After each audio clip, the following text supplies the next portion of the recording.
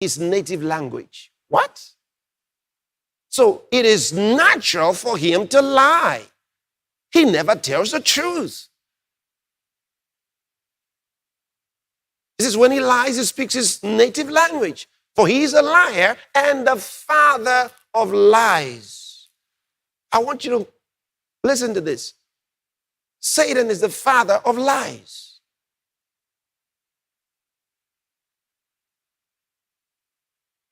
And all the fallen angels that fell with him do the same, as the Bible shows us. They all lie. All right. While at that, just keep that in your mind, because I'm going to come back to it. Here's the documentary, The Gender Agenda. Watch.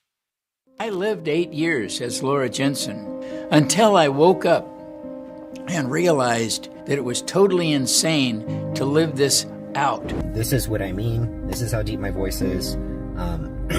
It's gotten deeper over time, and it's settled. This is what I mean by hair loss. And it just keeps getting worse. It keeps thinning. It keeps receding backwards. This is what happens when you give a woman testosterone. This is for 5 years. This is what happens. I don't really see me personally being able to come back from what's happened. My name is Kathy Grace Duncan, and I lived as a man for 11 years, and I transitioned out of that lifestyle 28 years ago. I 100% feel like I was part of some cruel medical and social experiment. I've now been living as a woman for 28 years, and I fully regret this. I can't believe this happened. I ruined my life.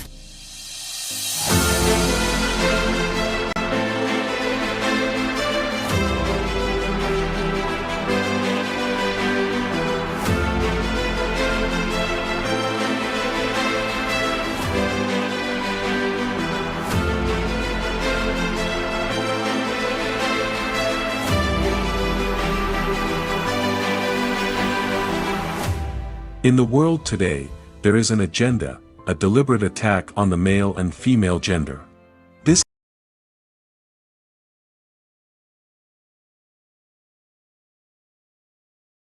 and normalizing gender dysphoria, while promoting and celebrating mental illness.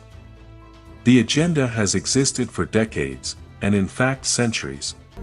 As far back as the Plato planned and strategized satanic agenda for children of the state and intended to have it consummated. See, that old philosopher's idea didn't change and hasn't changed. And that's still part of their agenda today. Now, they moved further, insisting they can carry out their agenda of transgenderism on children without parental consent. So they can change the gender of a child from male to female, or female to male, or from one of them to both. Can you imagine that? Without parental consent. The transgender phenomenon is not a small-scale operation. It's not led by a single man. Instead, it's led by the most influential power centers in the country. Our own government, big corporations, the medical institutions, and of course the mass media. The princess who came to your ball tonight was me. Trans ideology is as simple as it is fundamentally incoherent. Boys can be girls and girls can be boys. Adults are being lured into this, but the primary target is children. Now, in many places, even acknowledging that any of this is happening will get you canceled, kicked off social media. You can be fired from your job. It may even be punishable by law. Criticism of the transgender movement is not allowed. All over North America, cross-dressers are setting up library story hours to passively push transgenderism on children. And through new school cyber bullying initiatives, LGBTQs with their army of outrage and pronouns are becoming part of elementary curriculums. Welcome to Queer Kid Stuff. I'm Lindsay and this is my best friend Ted. Today we're talking about the T in LGBT. T stands for trans or transgender. There's something a bit weird about how doctors assign gender to babies. That's because there aren't only boys and girls, and because not all people identify with their assigned gender. Oh, so the doctors are wrong sometimes? Yes, Teddy. Sometimes doctors don't assign the right genders. When a person does not identify with the gender they're assigned when they're born, they are trans or transgender. People who are trans can be boys or girls or people too. It's not true. It's a lie. I told you, you got to watch what's happening with your kids in school. Don't take this lightly. There's a lot happening in the schools. Many parents have no idea what their children are reading or learning or hearing in school. Engage them, especially the public schools. And of course, many of the private schools, depending on who's behind the private school. Something's going wrong. Watch this. Listen, I went to the daycare the other day with a friend of mine to pick up my goddaughter. This is a daycare. Her daughter is 2 years old. We walk into the front of the school, and this is what's up on the board. And as you can see in the brown puzzle, it says sexual orientation.